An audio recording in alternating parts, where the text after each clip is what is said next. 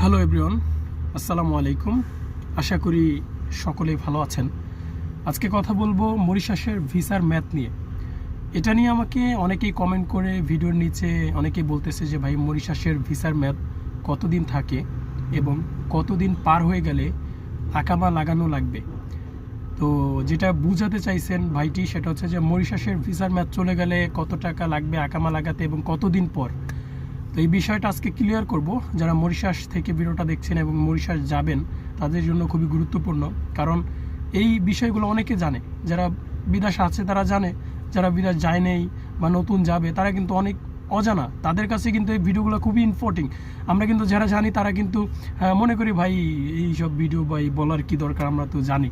ভাই আপনি জানেন, কিন্তু যারা না জানে তাদের জন্য খুব ইম্পর্টেন্ট, খুবই শিক্ষণীয় বিষয়। তো আজকে কথা বলবো মরিশাসের ভিসার ম্যাথ কতদিন থাকে এবং কতদিন পর মরিশাসের ভিসার জন্য আকামা লাগাতে হয় বা ভিসার ম্যাথ বাড়াতে হবে। তো ভিডিওটি ধৈর্য সহকারে দেখবেন। দেখার এই চ্যানেলটি সাবস্ক্রাইব করতে হবে আপনাদের, এবং পরবর্তী নিত্য নতুন যে আপলোড দেব ভিডিওগুলো, সেই ভিডিওগুলোর জন্য অবশ্যই চ্যানেলটি সাবস্ক্রাইব করা আপনাদের পক্ষে জরুরি। নাহলে কিন্তু নিত্য নতুন আপলোড ভিডিওগুলো আপনাদের কাছে যাবে না। আপলোড করলেই কিন্তু সাথে সাথে আপনাদের কাছে চলে যাবে সাবস্ক্রাইব করলে।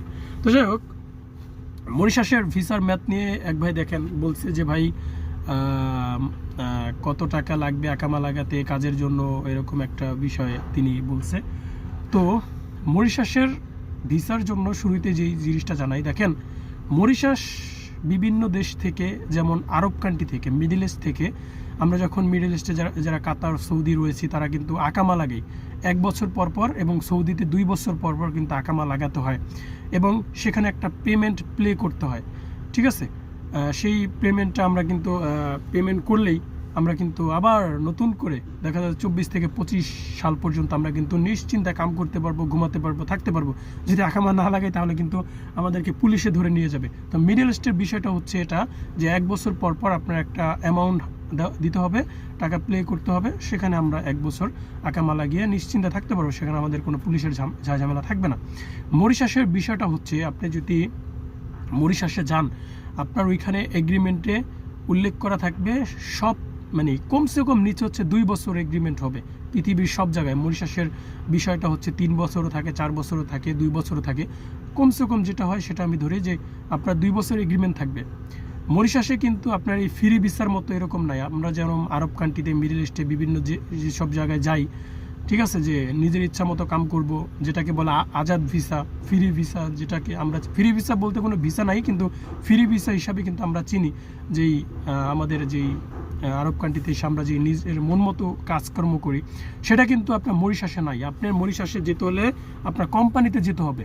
মরিশাসে যেতে হলে আপনার কোম্পানিতে যেতে হবে। কোম্পানির যে এগ্রিমেন্ট লেটারে আপনার 2 বছর হোক 3 বছর হোক, ঠিক আছে, 2 বছর হোক 3 বছর হোক, আপনাকে নেওয়ার পর আপনার কোনো কিছু করা লাগবে না।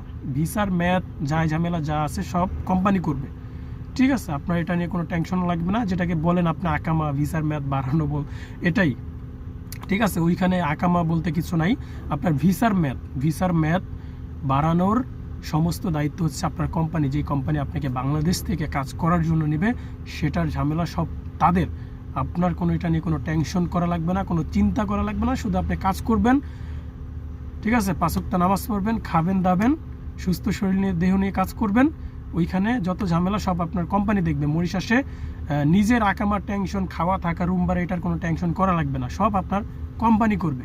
আমার কথা কি বুঝতে পেরেছেন? যে মরিশাসের ভিসার ম্যাথ শেষ হয়ে গেলে ভিসার ম্যাথ কীভাবে বাড়াবে, ভিসার ম্যাথের জন্য কত টাকা লাগবে, সমস্ত দায়িত্ব আপনার কোম্পানির, আপনার কোনো কিছু করা লাগবে না। এবং আরেকটা বিষয় হচ্ছে যে অনেকে বলতেছে যে মরিশাসে গেলে নাকি একবারে মানে কাজ করে একবার আসা লাগবে, দ্বিতীয়বার রিটার্ন নেই, এই নিয়মটা বলতেছে। ভাই অনেক কোম্পানি এটা নিয়ম আছে। অনেক কোম্পানি যদি ভালো হয় তাহলে আপনাকে 2 বছর 3 বছর পর ছুটি দেবে। আর আরেকটা বিষয় হচ্ছে যে অনেকে বলতেছে যে ভাই 8 বছরের নিচে থাকা যায় না। ভাই আপনার কোম্পানি ভালো হলে যদি আপনাকে রাখে, সেই কোম্পানি সেই দেশের নাগরিক, আপনাকে যদি না ছাড়ে আপনি 50 বছর আসতে পারবেন না। আপনাকে যদি ভালো লাগে যে ভাই তুই আরও থাক, আমি তোকে রাখবো, তাহলে আপনাকে যদি না রাখে তাহলে আপনি 8-10 বছর করে আপনি আসতে পারবেন। যদি আপনাকে রাখে, মালিক ভালো হয়, তখন যদি আপনাকে বলে যে মানে আমার নাম খলিল, যদি বলে যে খলিল তোমাকে আমার ভালো লাগছে, তুমি আরও 4 বছর 5 বছর থাকো, যেটা ঝামেলা হয় সেটা আমি দেখব। সেই দেশের নাগরিক যদি এই কথা বলে তাহলে আপনি না থেকে পারবেন, বা আপনাকে যদি না মানে আপনি যদি থাকেন তাহলে আপনি থাকবেন, এটা কোনো সমস্যা নেই। বলতেছে 8 বছরের নিচে থাকা যায় না, 10 বছরের নিচে থাকা যায় না, একবারে চলে আসতে হয়। ভাই আপনার কোম্পানি যদি ভালো হয় আপনাকে টিকিট কেটে দেবে, বাড়িতে ঘুরে আসবেন, আবার ব্যাক করবেন মরিশাসে। That's enough. এটা নিয়ে আর কোনো চিন্তা করার দরকার নেই। যারা এই কথা বলে একেবারেই ভুল। প্রবাসী ভাইরা মরিশাস সম্পর্কে আজকে এতটুকুই ছিল। যদি ভিডিওটি ভালো লাগে থাকে তাহলে অবশ্যই কমেন্ট করে জানাবেন, ভিডিওটি আপনাদের বন্ধুদের মাঝে শেয়ার করবেন এবং পরবর্তী ভিডিও পেতে চ্যানেলটি সাবস্ক্রাইব করে আমার সাথে থাকবেন। তো আজকের মতো এখানেই ছিল। খোদা হাফেজ।